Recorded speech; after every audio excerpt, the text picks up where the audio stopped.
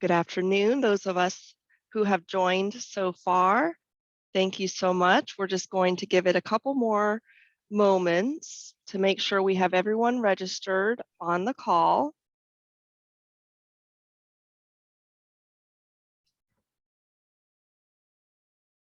I hope everyone's having a great day so far. It is Wednesday. We just have a couple of days left to the work week.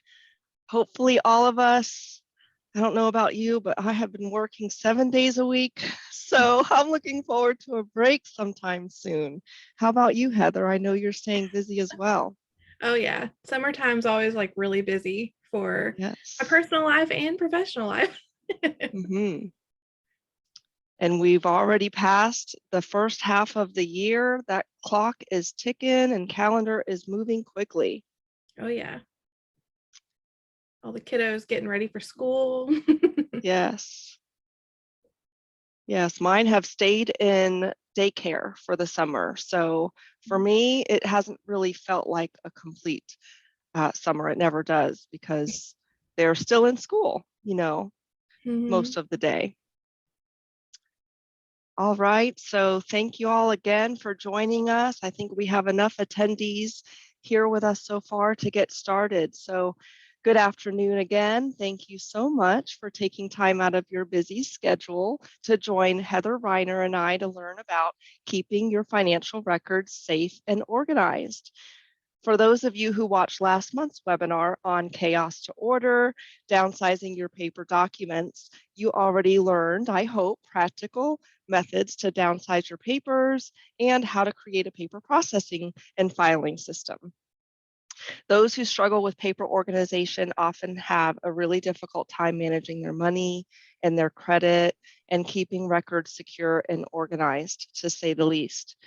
As a daily money manager, Heather knows the importance of keeping financial records organized. Heather, thank you very much for joining me today to share your knowledge with our audience. Absolutely. Thank you for having me. You're welcome. My name is Nicole Ramer. I'm a certified professional organizer and a certified senior move manager and the founder of Organized Haven. Organized Haven is an A+ accredited moving, downsizing, and home organizing company serving Polk County seniors and their families and busy professionals since 2013. Joining me on this journey since 2016 is my husband, Danny, who's also a certified senior move manager and the co-owner of Organized Haven. And yes, my husband, he was my husband first. So many of our clients used to ask us that when we were in the field together doing consultations. Did we work first together or were we married first? And now he is my husband still, since we no longer work in the field together, I always say. Um, Anyone else who works with their spouse, I know can understand where I'm coming from. Anyway, Organized Haven has a team of professional organizers and senior move managers who are trained and experienced members of NAPO, which is the National Association of Productivity and Organizing Professionals, and NASM, the National Association of Senior and Specialty Move Managers. We are NASM at-home specialists as well, helping seniors age in place in their very own Organized Haven. You can learn more about us at organizedhaven.com. Heather, thank you again. Give us a short introduction of you and your company. Yeah, absolutely. My name's Heather Reiner. I'm a daily money manager and owner of Atlas Financial Consulting. I opened my doors in June of 2021 after a decade of being in the financial industry. I'm a co-owner of Aventel Wealth Management in downtown Winter Haven. I met my other co-owners there when we were working in the trust department at a bank.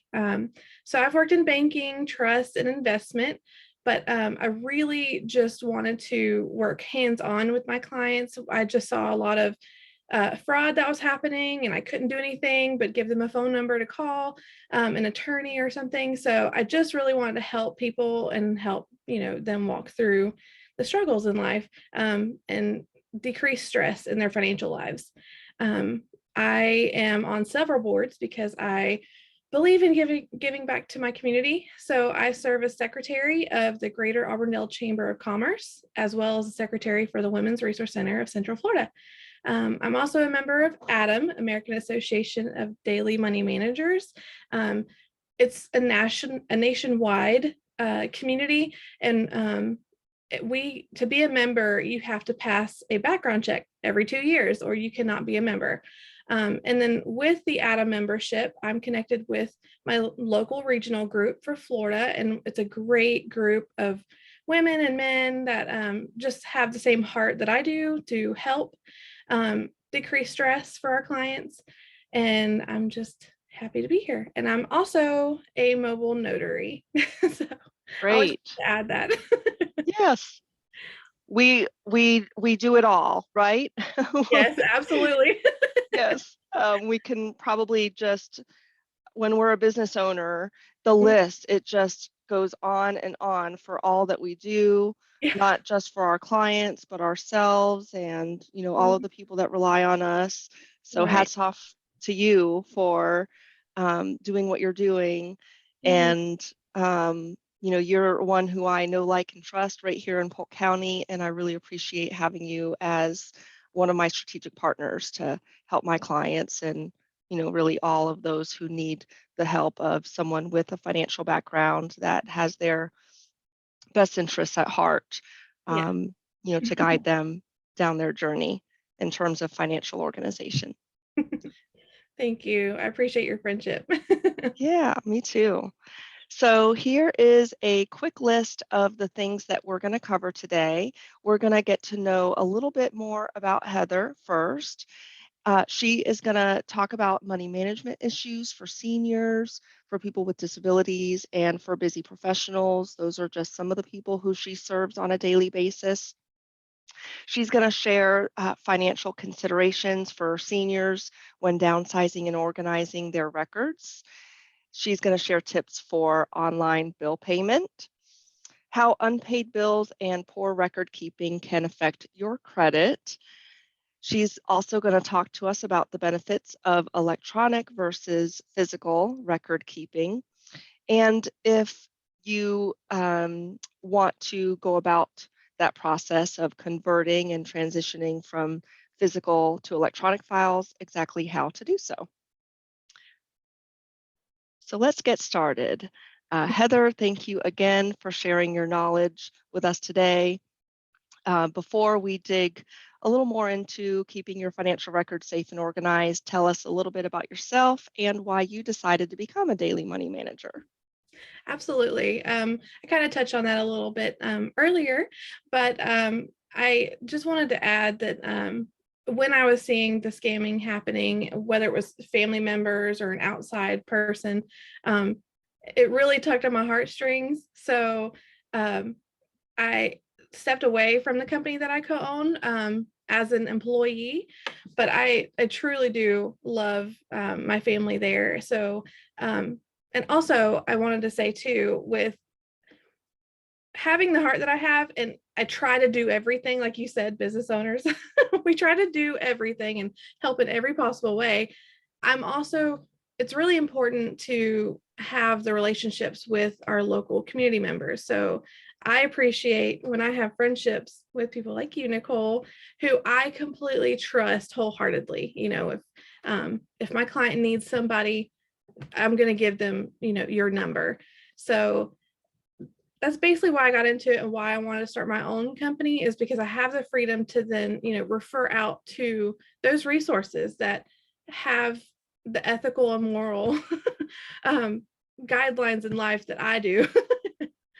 So, and I just wanted to share a testimonial for a client that just came in recently, and it just Great. explains, it validates the move that I made to open up my own company. So this client, she said, "I cannot recommend Heather more highly.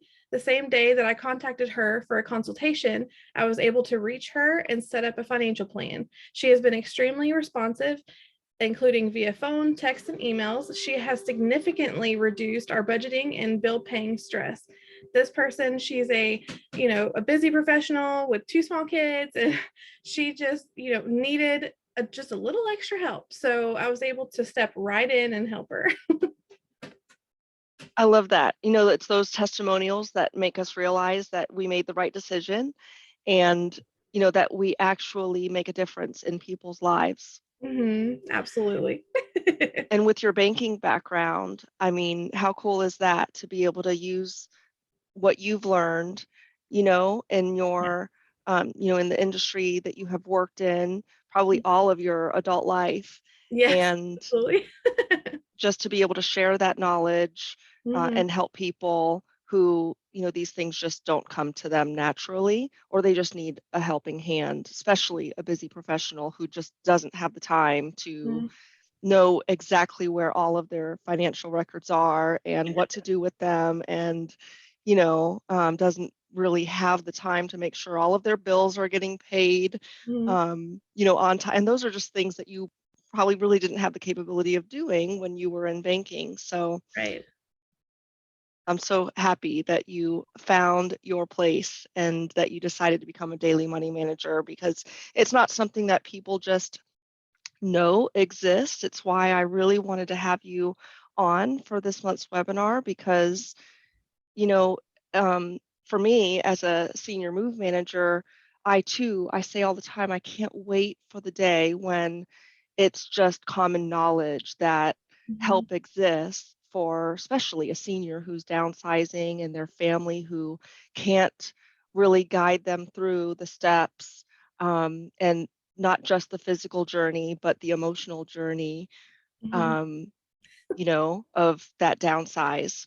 Yeah. But also I see, seniors all of the time who are struggling with their paper. Mhm. Um, and again, not just seniors, but anyone who really needs that hand, that helping hand in um, making sure that they have all of their documents organized, secure, and their bills are getting paid on time and their credit, um, stays positive. It's just Mhm. a great thing to have a daily money manager in your life, and more people should know about you. So I'm on a Absolutely. mission to make sure more people do. So thanks again for sharing today. Yes, of course. All right, so let's dig in. As someone who provides personal financial services to individuals and to families, you can understand that it can be especially difficult for seniors, for people with disabilities, and for busy professionals. So, can you share some examples of how it becomes so difficult or why? Just Mhm. dig in deep. Absolutely. Yeah. Um, stress or life can be very, very stressful between busy schedules, or if there's an illness that pops up, or if you become a caregiver for someone in your family or a really close friend, um, or you've lost your spouse, life can be very, very stressful. And that's where I hope that I can step in and make someone's life easier. And there's happy things that could change, where you might need a little bit of help from us. So vacations or trips, if you live, say up north for 6 months, and then you come down for 6 months to the south. um, and then also if you are moving, you're changing your lifestyle choice. All of these can be good things, but it could be stressful, like, and just need a little help or a little plan set up. Or some people, they just have a plan that's not currently working for them. So, back to the stresses of life, if an illness happens, your needs are evolving, like you mentioned in your last webinar that you hosted. um, it could be yourself, or it could be a child, so you're a caregiver for this person, and your world's just turned upside down, as well as if you lost a spouse. And bills that could be on auto pay might have been drafted twice. And then now you have to make an extra phone call that takes an hour. And when that's something that I can come in and make that phone call for you or with you to help, guide you with the answers that you might need on this call. Or if you just completely forgot to make a payment. Sometimes some businesses will understand, but it's a matter of, what do you need to do now? Do you need to send a letter explaining what happened, to hopefully waive the late fee? It's just little pieces of knowledge that maybe you don't know, but you could call me and I can walk you through it. Some people have lost their spouse or partner that's been paying, the bills. I had a client that was with someone for 20 years and he was the bill payer. And now they are at a loss and thought that they were going to have to move because they were relying on his income as well. So I was able to walk into her home, go through his files because he had a home office, and pull certain things like an investment account that I found that she's payable upon death. We were able to transfer that into her, and then now she's able to get distributions. Also, I was able to call Social Security and get the benefits transferred over. And now she's making an extra $1,700 a month. So she didn't have to move. Yeah, and she's able to stay in her home. And, if you have to move, no matter what age you are, there could cause stress, which causes decline. And I like to help prevent that. With vacations or trips, like moving back and forth every 6 months, you might overspend and you don't realize because your checkbook is up north or your plan's up north and you didn't bring it with you on accident or something like that. I also have a client where they go to Georgia for just 4 months out of the year. So she doesn't really want to do an address change or a forward. So she has me in control for those 4 months to, set up, go into online banking and set up all of the bills that need to be paid because I can check her mail for her. And I talk to her, of course, because she's still in complete control, but I'm able to check the mail, figure out what bills are due, and set up these payments while she's out of town. I'm going to hire you today. So I offer, ongoing or project-based. I offer whatever suits my client, really. And then I also want to touch on plans, whether, you have a new home and now you need to create a new office. And I loved your point on your last webinar where you were speaking about zones, zones in your home. But I'm thinking too of like just your filing or just within your home office, like what zone, what do you need to keep where? Like, do you have a box of taxes? Where are you going to put that? So yeah, defining your zones and where to put them and staying organized. And also, if your plan isn't currently working because your priorities have changed or your lifestyle has changed, just reevaluating what you have going on, and don't be afraid to start completely over.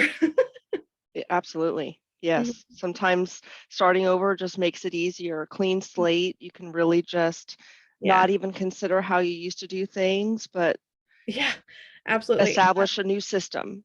Yes. Period. I had a client whose friend was helping him, and she was doing it for about 5 years, paying his bills, checking his mail with him. But then she had her health decline.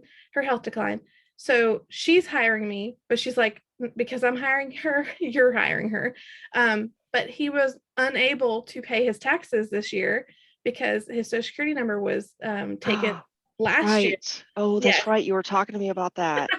Yeah. So he had to have this PIN number. And because he was already late, past the date, the April 15th date, he was trying to call IRS to get a new number, a new PIN, but of course they're busy on the phone. So I had to declutter all of the paper that was in his office, in the living room, in the kitchen, in the dining room, to try to find this PIN number. And I mean, it took several hours, but because of that and restructuring his plan, basically, I was able to find this PIN number. And now I can pay his bills where he has a certain place to put all of his mail. And then I come in, once a month and check everything, pay what I need to pay, and then file it where it needs to be filed, to where next year we'll know where his PIN number is. We won't lose it because it will be in that mailbox for me. Yes. And these are things that are difficult for anyone of any age, young or old. And so if we get stressed over these things of trying to find misplaced documents and how long it takes to get in touch with someone at the IRS or Social Security, just imagine how difficult it is. I mean, you don't have to imagine. You live this life along your clients every day. and see how difficult it is. So thanks for sharing those examples. Of course. All right. So one reason why downsizing and organizing your paper can be overwhelming is that you often don't know what financial documents you need to keep and for how long too. So how might a senior consider their financial needs when going through that process of downsizing and organizing their paper? Yeah, absolutely. Well, kind of back to my example where the gentleman could not pay his taxes. I mean, that's part of your financial needs because if Hmm. you don't downsize your paper, things can get lost.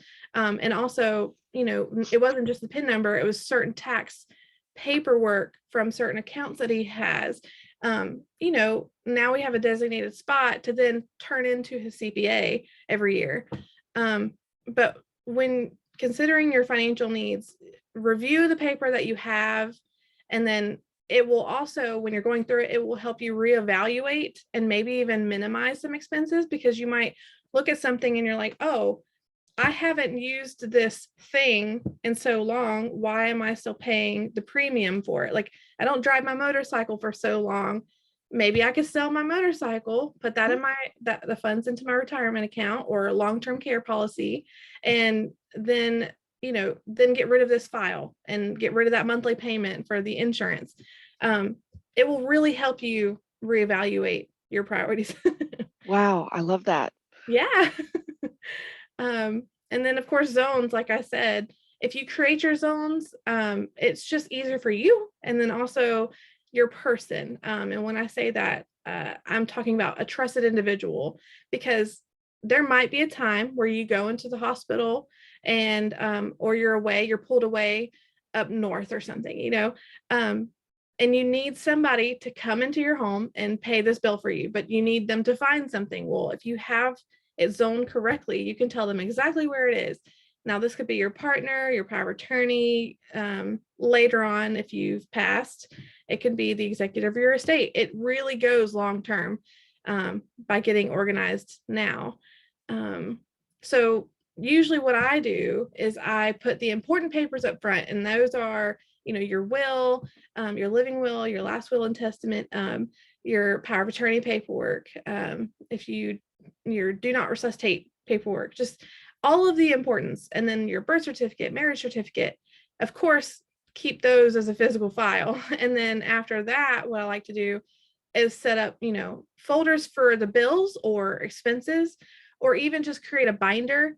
That way all of the information's all in one place, and easy to find. And then everything after that can be, accounts that you have open, but you're not really needing right now, in your face, or mementos, like if you want to save a card from a family member, but not always have it out on your desk, because I see that a lot, and it'd be 5 years down the line. If you want to keep that, keep it, and just create yourself a memento folder. Hmm. I So agree. definitely put that towards, the middle or the back of the filing cabinet. Right. So yeah, it by staying organized, it helps you financially in all kinds of ways. Yes. I'm pretty sure you just talked me into selling an old vehicle that I don't drive anymore. That is basically a yard ornament in my backyard. Yeah. So I feel I like got to we all find that have one. title in the Yes. file cabinet. We all have one. Well, especially if you're married to Danny Ramer. He's always had yard ornaments. Mm-hmm. If anybody on this call knows him personally, then you know exactly what I'm talking about. Yeah. And this is just between us. He's not here. All right. So gone are the days that you had to pay a bill by mailing a check and hoping that it would get there on time. Mhm. Is there anything important to consider when paying your bills online? Oh yeah, absolutely. Um, I know that there is a lot of stress because, back in the day, it, some websites to some banks could be taken advantage of. And then there you are, your information's been compromised. So it's a lot better, I will say, than in the past. So I do have to remind my clients that because they're used to the past. So I definitely think it's a lot safer. And it's a lot quicker too to pay a bill. um, Also, when you do set up an online account, make sure when you type in the web address, make sure it's the one that's listed on the invoice, because there are some just bad people and bad criminals out there that will post, on a Google search bar, the website, and then you click on this link, type in all your information, and it wasn't the actual real site. Just for example, it's not really a bill paying system, but if you need to call Microsoft Office, there was in the past a fake number. So then you call this number and you're speaking to someone and they're like, okay, what's your credit card information? We can help you unlock your account, and it's not Microsoft. So definitely make sure you type in the correct address that you've been given on this web or on this invoice. And then when you do set up the online account, make sure you have strong passwords, something that you don't think anybody would ever guess, and change that periodically. If there's an option to set up a two-way authentication code, I recommend doing that as well, because it takes a few extra seconds, but it's not that cumbersome. You might think it is, but it's not. And it leads to more security for you. And then also, if you can set up security questions, make sure it's something strong. I remember in the past on Facebook or MySpace or whatever on social media, there used to be, maybe you remember, questionnaires, where people get bored and they're like, oh, I'm going to answer these 50 questions. This will be fun, and post it. But people can go back in your timeline and see, what did you put there? Like, okay, what was your first dog growing up? What street did you live on? So make sure you set up really, really, really strong security questions and don't answer those questionnaires on social media. Great tip. They are okay to be hidden. For sure. Yeah. And then also, if you have an online account, like a bill pay account, your banking, definitely store your username and password in a very secure place. So I recommend, your filing cabinet, if it's your filing cabinet, make sure it's a locked one and you hide the keys somewhere, to where somebody can't just open up, oh, your first drawer of your filing cabinet, and then there it is. There's your password book. Or keep it in a strange place where only you know where it is. I also use online password security trackers, such as LastPass. That's a secure online site to where you can store your passwords. And also Google Keychain has been pretty secure, and Apple, they are Loctite. So that way, in case you ever forgot your password, you can possibly get it from those three.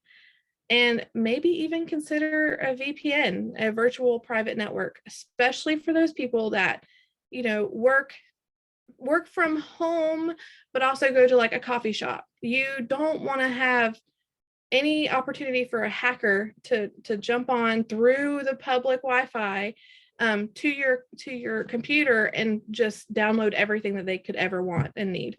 So a VPN is definitely helpful as well. Yes. Yeah. Wow, there's a lot just in this question. I'm sure you can go on and on. And I really could. I don't know if anyone else on this call remembers MySpace. Boy, does that bring us way back. But it also, your mentioning of Facebook and just hackers and the people that are out there just trying to steal our information. Mm-hmm.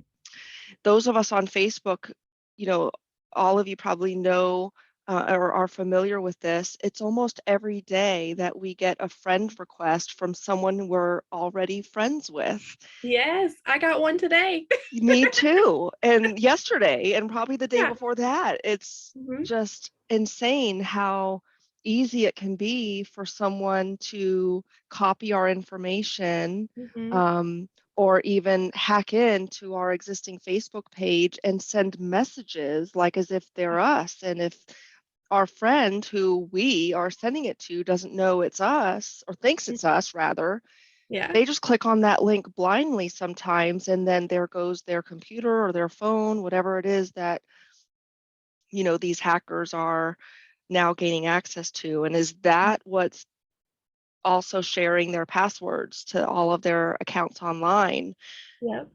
So Absolutely. scary. Or I've also found this to be, I don't know, a routine or just common. Parents, like mothers and fathers, my clients that are mothers and fathers, their passwords, I will say, are usually their children's name and then like some numbers and letters. And the numbers could be the last two digits of the year that their child was born. And I'm like, that's cute, but it's easy to find because if anybody sees you on social media, they'll find eventually somewhere where you posted, oh, Paisley, she's 9, happy birthday. So definitely when I say choose a strong password, it's, maybe don't choose your child or your grandchild's name or your dog's name. Maybe choose something different. Yes. And speaking of different, people set their password to be the same for everything because otherwise, how do you remember it? And, Right. do you really want to have a book that has all of your passwords in it? Because can it be stolen? Exactly. That's why I like LastPass or Apple, saving my stuff on Apple, because you have to give up just one password to then access, your spreadsheet, basically. So, yeah. Well, I'm going to say this out loud because no one knows where I live or has access to my house, but mine, I clearly have some work to do and I might get your help because if you know a Rolodex, Oh, yes, yes. this is where all my passwords are. Yep. So Google has all of my passwords stored, Yes. so it makes it easy if my, whatever computer that I'm using, because I have multiple, I have a desktop and I have the one that's on the run with me. And so clearly that's really helpful because I'm not carrying this Rolodex around. I don't want it to Right. get stolen. Yes. But I also probably need to get this key. I don't have a key for this file cabinet, Yeah. so I couldn't even hide it in there and secure it with a lock if I Yeah. wanted to. So I've got my work cut out for me just with on this topic of passwords and security. Yes. So, funny story, when I started working from home, because I have a home office, until I expand later, that's my goal. So, I keep my client files now in my desk, of course, or the filing cabinet. Well, the desk has a lock, but I didn't get a key, or maybe I've lost the key. I don't remember. But my husband told me that you can easily buy a lock and key. You just have to know which one to get from even Amazon, and it'll have, a unique pattern. So he was able to take out the old one, put in the new one, and now that's secure. So it just takes a little time, and just you have to remember to add that to your list on Amazon or something. Mm-hmm. And then add it to your husband's honey-do list Yes, as well. yes. That might take longer than anything else. Exactly. I tell my team, because he's on my team. So if I really need him to do something and it's Organized Haven related, I just tell my client services manager or someone on the team, and no problem. Right. He's got it done in no time. Mm-hmm. That's my trick. I see a question in the Q&A. Thank you so much for whoever posed it. Keep them coming. We're going to answer the Q&A at the end. Awesome. And if you want to talk to us on the chat, please feel free. We'd love for this to be, for you to be engaged and share some of your stories as well, or the things that you struggle with. So keep them coming. Thanks again. All right. Now, how might a senior consider, oh, I'm sorry, I'm on the wrong one. I went left. We already covered this. All right. Yes, here we go. Yes. So speaking of paying bills, how can a person's credit be impacted by unpaid bills and a lack of proper record keeping? Oh yeah. I definitely come across this a lot. Some, clients have accidentally, if they have cognitive decline, accidentally paid something twice, or they haven't paid in months. Mm. So, yeah, the bills that could affect your credit score are obviously like mortgage, rent payments, utility bills, all that. And some people don't realize that medical bills, I've been told in the past, even when I worked at the bank, oh no, I don't have to worry about medical bills. Yes, you do. Eventually, if you don't pay anything, they will send you to collections. And then if you go long enough, some companies do not, they don't fool with that, don't take you to collections, but they just strongly ask you, please, to pay. But if it goes long enough, they will send you to the credit bureau for sure. And not even just credit. You don't want to accrue additional fees on top of not paying a bill, late fees, repossession fees. And then but if you get sent to collections too, there's fees involved with that. It could be an increase, just an added fee, just because it was bought out from an attorney office or something. If it goes long enough, it could also go to court, and now you have to pay their attorney fees back on top of what you already owe. And also, if you have poor credit, you could have credit denial issues in the future. So, with seniors, if they want to refinance or resituate their funds, or even make a move to a new home, a new apartment, an assisted living facility, all of those require, a decent or good credit. You can't have poor credit for those, or they won't allow you to make this move. So credit is a big thing. That's usually where I start. When I get a new client, I look at everything that they're paying, all their income expenses, but then I also check their credit score, because when I'm paying bills, I want to see, okay, if there's any leftover funds, what else can we put this towards to where, it won't get sent to collections, or pay off an old credit card that they didn't tell me about. So that way it's just a holistic view of their finances. And funny enough too, I realized, for my own personal thing, when I was younger, still learning about credit, I had a car and I paid it off early, just 1 year early, and it negatively it negatively affected my credit score. It's because of the number of accounts that I had open. It went from like 4 to 3, but eventually it bounced back. It was only temporary, but it was a shock. I was like, what? I paid something off early? That should be a good thing. So, Exactly. yeah. So, yeah, credit is a huge thing, not just paying bills, but definitely trying to improve my client's credit. hmm And that's just another thing that people really need. These are things that you don't traditionally learn in school, Right. um, unless you get into, advanced education with a trade school or go to college and there's financial courses. It's not something that the average person learns Right. in elementary, middle, or high school, Mm-hmm. unless things have changed. I mean, it's been a Yeah. while since I graduated. So, Well, um, I think I did see something about Ron DeSantis implementing something. Of course, when you implement something, it takes years to actually take effect, but something about a financial literacy course, right.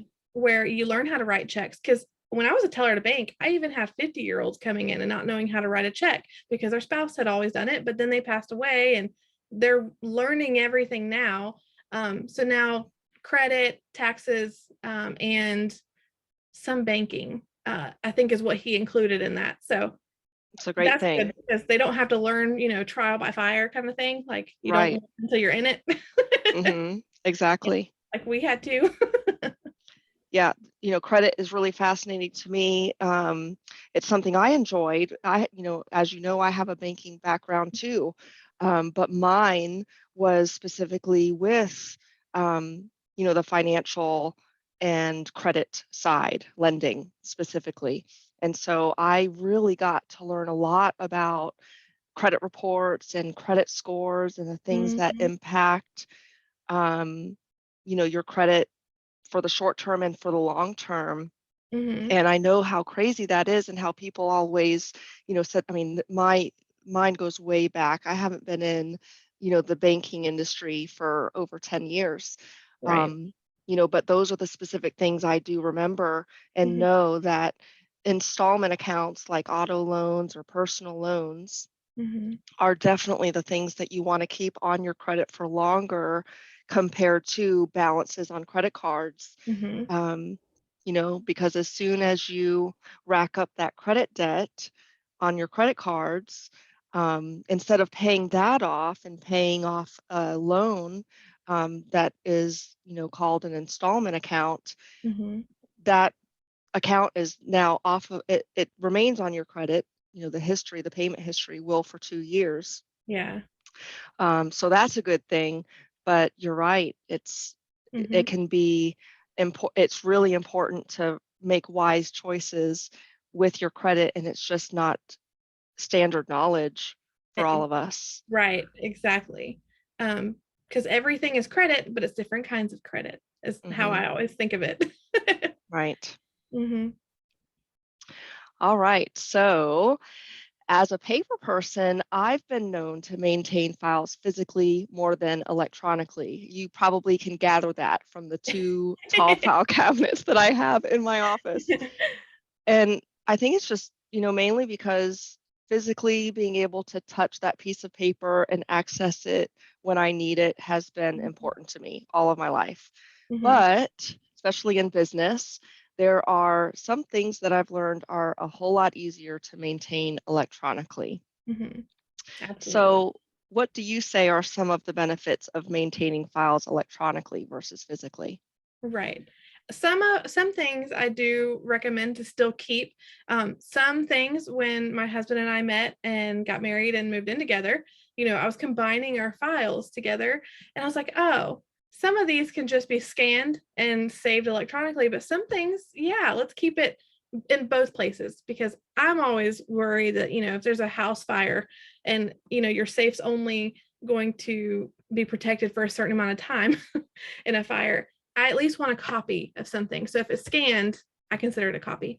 But yeah, paper versus electronic. Electronic is a lot easier um, in the long run. I guess it's more accessible. So for you and for the trusted person that I was talking about earlier, your spouse or executor later, if once you've passed. But it's also like, I love to scan something because I can have it on the go. Like if I save something in Google Drive, but I'm out and about and I don't have that on me, but I need to know, oh, what was that number? What was my account number? So I can now pay something. I could easily pull it up or put in the search bar, like Spectrum, and it'll pull up my Spectrum account. So it's definitely more accessible. And it's also more organized just naturally, because when you scan it, you can immediately save it in the folder that you want it. Sometimes when you're at home, you get all this mail, or you go and have an appointment and you just come back, like say from the bank, and you just put the paper down. There's always a collection center and everybody's home. I'm sure you know. So that paper could sit around for a month, some people, and then it just piles up and you become overwhelmed, like you mentioned in your last webinar. And then it just never gets done. It just stays there. As organized as I am, it happens to me sometimes as well. Me So too. yeah, so if you can go ahead and scan it and immediately save it, it's so much faster and so much more organized already, instead of having to, like, okay, now it's piled up, let's go into the office and put in each folder that you need it in. And it can also be safer, like you're saying. What if it could get stolen? If it's not locked up, somebody that comes into your house can say, oh, look, this filing cabinet's not locked. Oh, and look, there's their password book, or there's their, life insurance policy, or their social security number. So it could be safer. Just keep a strong password on it, of course. Um, and also there are platforms too, other than just scanning it and saving it in Google Drive or on your computer. It You can also use like Quicken or QuickBooks. Um, it's a little more involved, but it's so much more organized. And then at the end of the year, when you're doing your taxes, you just plug up a USB. This is what I do anyway. plug up a USB and then save it a certain way for your CPA and just drop it off to them. It's so much faster. And then it avoids a lot of questions that they might have already. Like, if they need to call you, especially if it's a new CPA, they can check the file first and then give you a call. So Mhm. electronic is just more streamlined than physical. You don't have to search through a bunch of papers to find the answer. Right. Yeah, Very good. Thank you so much. of course. Now, for those of us who are convinced already that transitioning from physical files to electronic files is the way to go, how do you recommend going about it? Other than, you already talked a little bit about scanning, Mhm. um, but are there any other ways, to Yeah. avoid that paper from coming in the first place? Oh, yeah, absolutely. So I love scanning, and there's different ways to scan. So I'll just talk about that first. Mhm. You can actually get a physical scanner, or you might already have one on your printer. But there's also scan apps that you can download to your phone. So then it's extra easy. You just take a picture. Um, Cam Scanner seems to be my favorite one, the one that I use the most. Or if you have an iPhone, I learned just the other day that it's already a function that's built in. You just have to open the Notes app that's already downloaded on your phone when you get an iPhone, create a new Mhm. document, and then it'll ask you, what type of document this is, and you just say it's a scan, and then it'll save, to your documents or your folders or your photos. So scanning is just the most easy, but if Awesome.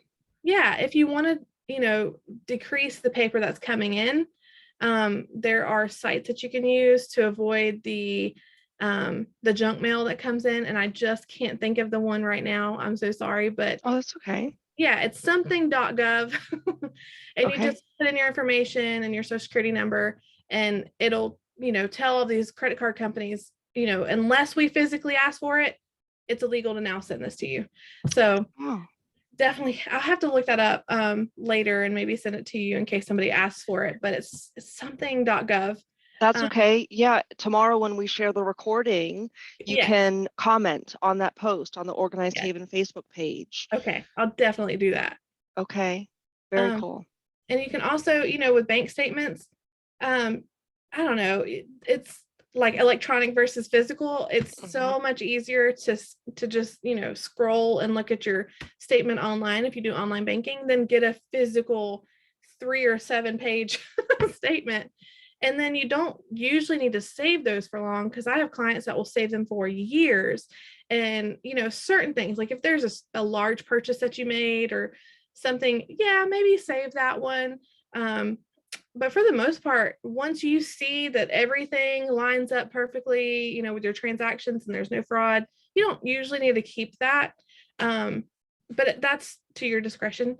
So definitely, I would suggest to go to e-statements instead of mailed statements. So anything that you can unsubscribe from, or ask for an e-paper versus a mailed paper, definitely do that. I agree. That's Yeah. what I've done for almost everything. I use Wells Fargo, and Mhm. so all of my bank statements except one, my credit card, I have got to call them and figure out how to get that one e-statement because when you log in online and you select the accounts for which you want an electronic statement, that one just isn't on there. And Yeah. so I continue to get this paper statement every month. And, even with my banking background and how much I believe in balancing a checkbook, Hmm. I just don't have the time to sit Yeah. there and check off every single thing and, Hmm. balance out my checkbook. Yeah. And so for me, it's just a lot easier to get it online, Hmm. to review my account daily online.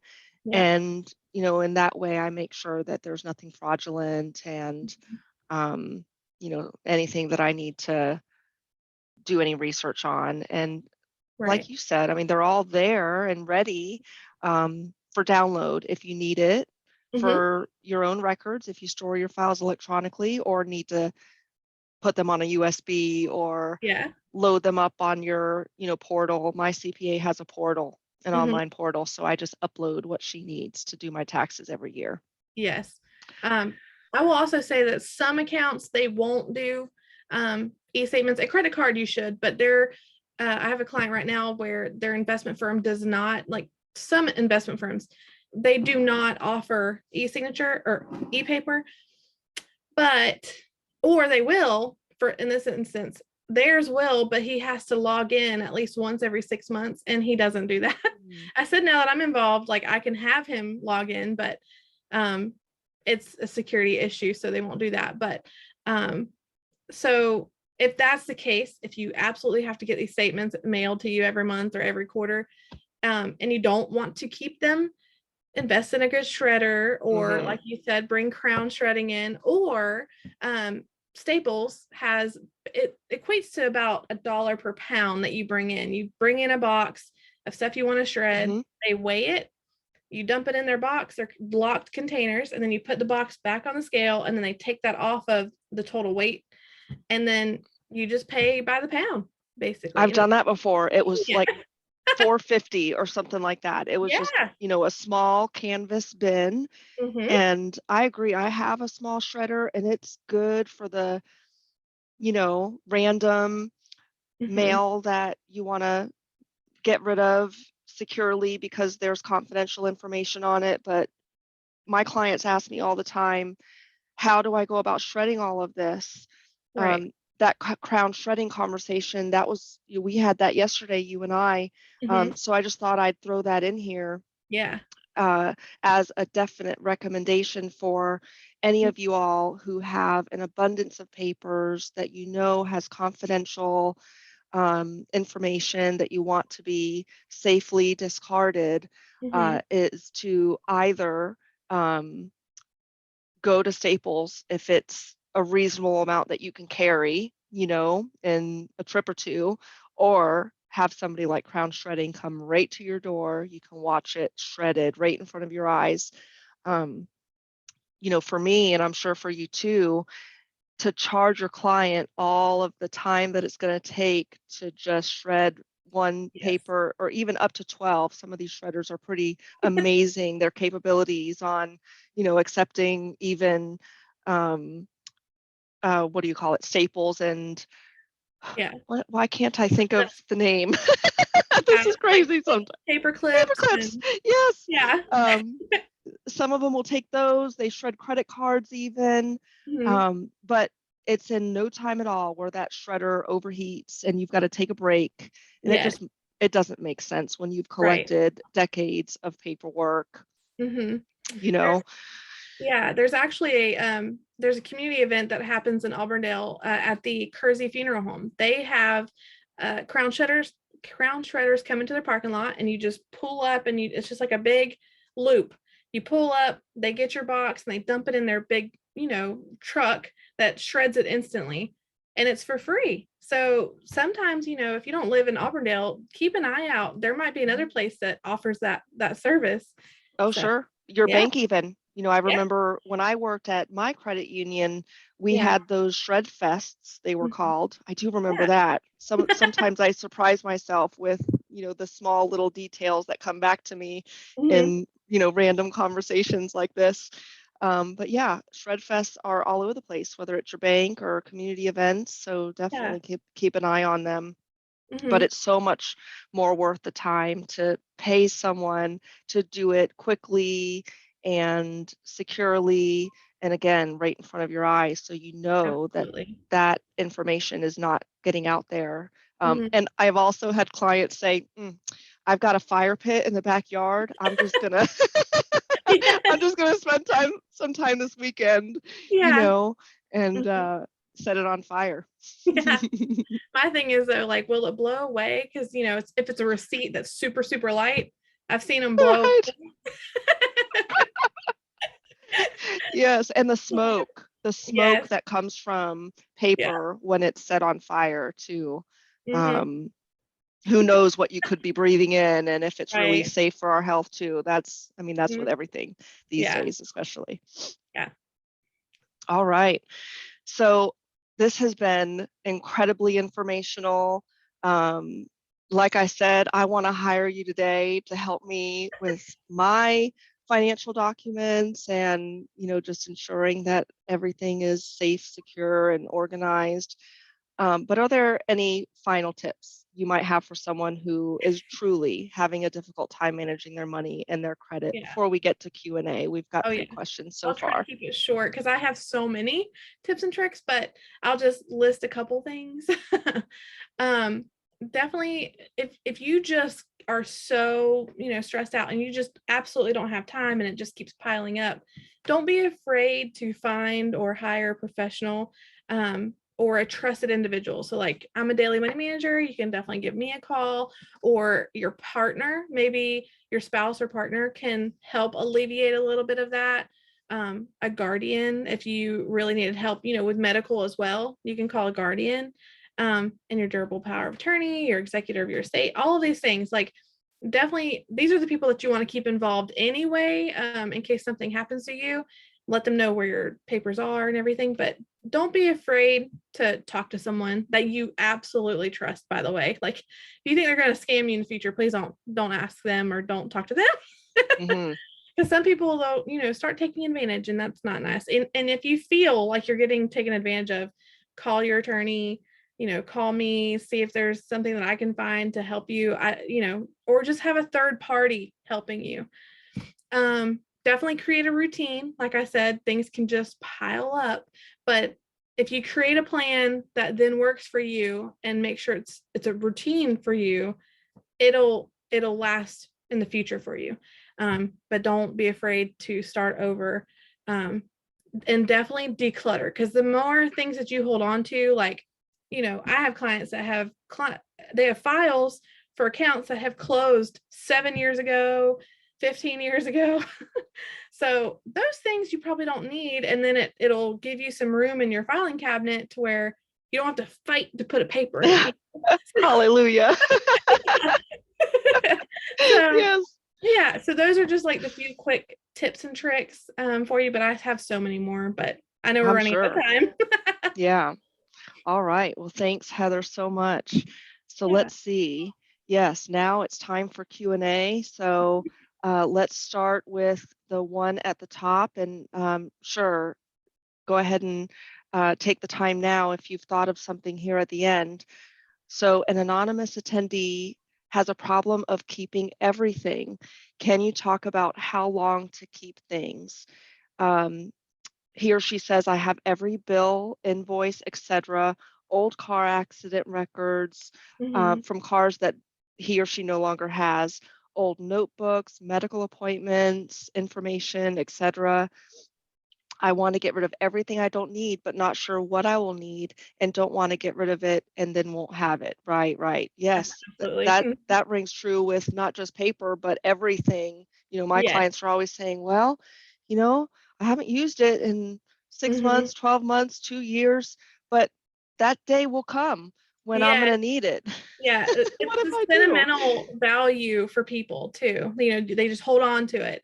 Um, and what I do in my personal life, like, my grandma gave me these amber glass plates that I won't need. So what I did was I kept one because it was a stack of 3, and I just took a picture of them and then donated the rest that I don't need.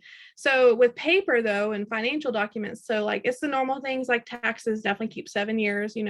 Um, and then I definitely recommend keeping medical things, because you never know if you'll have a complication decades down the line, and or like if you have a stent put in or something that the doctor may need to know in the future. So definitely keep medical things. Car accidents, maybe keep that with the medical stuff, but if it's just about the car or repairs to the car that you no longer have, I wouldn't think that you need that anymore. um let's see. And then like utility bills, because I have clients that keep every single one of those.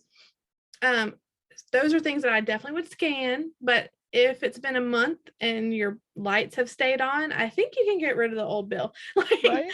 so what I just generally do for my clients that just feel like they have to have it, I keep a file and I just keep 2 years worth of those. I mean, that's Okay. pushing it for me, but because I know that they're going to be stressed already with having somebody else new, like I don't want to kick their system to the side, but I'm going to minimize things that they don't need. So, utility bills you don't usually need if your water and electric are still on. there And you've hasn't been a confirmed problem. it was paid, that it came out of Yes, your bank account, for sure. exactly. Yeah. Mhm. I have someone that writes when they've paid a utility bill in 5 different places. And he cannot remember what happened in the past that makes him do this now, but he just can't stop doing that. Okay. So I'm like, you do you. I don't want Mhm. to kick your system, but Mhm. that's a lot. It's his routine. Yes, it's his routine and it works for him. So That's right. Love it. yeah, I think that's it for that one. Okay, very good. So I hope that was a good answer. And on the next slide, I'll talk about where you can find more information about that in terms of keeping documents. Mhm, So Corinne, she says, what could a potential professional organizer who would help clients with financial records show that they are trustworthy? Are there certain legal procedures or papers to get? Um, Okay, so I think maybe Corinne is a professional organizer herself. I'm okay. just trying to understand this 100%. Mhm, Um, I don't believe, well, as a professional organizer myself, some professional organizers are members of the National Association of Productivity and Organizing Professionals. mhm, So that association is one that provides educational opportunities, mhm, resources, the ability to collaborate with other professional organizers all over the US and beyond. And they NAPO has a code of ethics in which all professional organizers follow.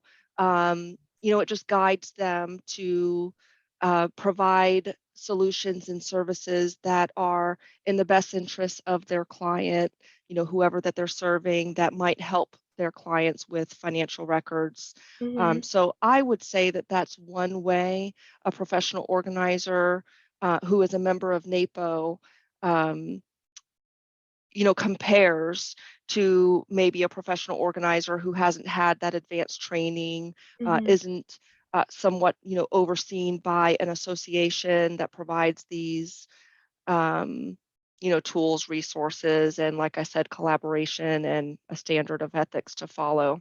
Yeah, I would say the same thing for daily money managers as well. Like we have Right. Adam, so you have to pass a background check, and we Hmm. have the continued education courses, and it's just a more professional.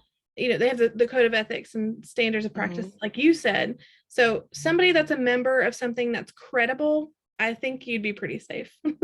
That's right. Exactly. So thank you, Corinne. I hope that we went down the right path with answering your question. If not, feel free to let us know in the chat if Mhm. you need some clarification or if we need some clarification. So another anonymous question, with statements being saved for a year or so on website accounts, do you also download it to your digital files or just access it when needed directly on that website account? So, again, whatever you're most comfortable with. So, if you ever feel like the site's going to go down for a day and you're going to absolutely need something, then okay, maybe also save it to your computer as like a scanned document or just automatically saved as a PDF. But honestly, I've had really good luck where I save them for my clients because I just want to have that extra level, but I have never had to refer back to that. I'm always able to log into online accounts and pull the statements that I need. Um, there was one time where it never sent, or they just didn't have it go out that month, and I was able to contact that company as well. So, you're always able to get a statement, even if it's so far in the past. The company should be able to pull you a statement. Right. I had some experience with this recently, actually, Mhm. um, and I don't download them every month. Right. I get the email that says it's ready, and I might change my method and download it right away because some institutions will only keep it on your online access for so long. Yeah. I believe the one that I recently experienced, it was the last 16 months. Oh. And So I had to call and ask for the others, and Mhm. all that she could send me was a payment history. So instead of the Oh. statements that were 17 months old and older, she Mhm. was only able to send me a payment history. And luckily, because I have QuickBooks helping me now with my bookkeeping, Yeah. they said that's fine. They can work with that. But just a thought with Yeah. how you might at least know now how long you have access to, so you can create a action Yes. plan, you know and Yeah. have them all. Yeah. I think the shortest amount that I've seen so far, so I'm glad you told me. Um the closest or shortest that I've seen so far is 24 months. So I'm glad you told me that. Yeah, you just never know, and those things can Right. change too, just because Mhm. they allow you access to this much time, these many statements now. What if their Mhm. system changes? These are just Yeah. things that are beyond our control. Mhm. And I always say, I find the opportunity, I think, with every webinar or seminar that I do, that having control is everything. Yes. So Mhm. knowing is half the battle. So Yep. yes, know how Mhm. long you'll have access. And if you are the type of person that just needs to download it right away and keep it Mhm. on your computer just in case, your secure computer. So that was a good thing you mentioned about VPN, Yes. um, you know, um, so that you have it just in case their Mhm. website goes down or they're no longer keeping them for very long. Yeah. Absolutely. Well, those are all of the questions that we have now. So I am going to push us forward here to the second to the last slide. And so this is what I was mentioning. If you missed last month's webinar on chaos to order, downsizing your paper documents, you can head on over to the blog at organizedhaven.com. This is the first of a three-part blog series on the topic. And in part one, you'll find a link to the hour-long webinar. But all three parts are published now, and it really will go a long way to helping you in terms of how to go through that process of downsizing your paper, because really it is a time consuming process, especially if you have decades of files that you haven't looked at, or haven't been very organized for you in your home or your business. um, it'll go a long way to helping you organize it and just get through that process of figuring out how long you need to keep it Mhm. and how you should file it. And if you need any help getting your financial records organized, managing your money, your credit, or preparing for tax time, as you already know, I highly recommend reaching out to Heather. She's someone who, um, for some time now, I have had the opportunity to get to know, who I like and trust and recommend to the individuals and the business owners who I serve, because she has that ability and knowledge and the history in managing money, credit, and security effectively. And 2023 is only 5 months away. So now is the best time to get everything in order before that new year arrives. Crazy. And I know Christmas comes first, Yes. but just even think about that, how much, it takes out of you to get prepared for the holidays. So now's the time to get organized. And there's all kinds of tips in terms of getting organized, downsizing, moving, that I hope will give you all the guidance that you need. And you can find more information about us and our services by visiting organizedhaven.com. At the end of this webinar, you'll automatically be directed there. You can keep in contact with us throughout the site and on Instagram and Facebook, LinkedIn and Pinterest. And so if you need a certified senior manager, find one near you at nasm.org. That's NASMM.org. You can find a certified professional organizer near you at napo.net. That's NAPO.net. Heather, can you give us some information? Because, sometimes we have those who've joined us all over the US and even beyond. So where can someone find a daily money manager? Yeah. So I highly recommend that you go to ADAM.com, American Association of Daily Money Managers. So AADMM.com. There's a tab on there where you can put in your zip code and search by however many miles that you want, and it'll pull up the DMMs that are in your area, the daily money managers. So I definitely Love highly it. recommend the ADAM site. Yes, same here. Very good. Thank you so much. I hope you all learned a lot in today's webinar and have a great rest of your Wednesday.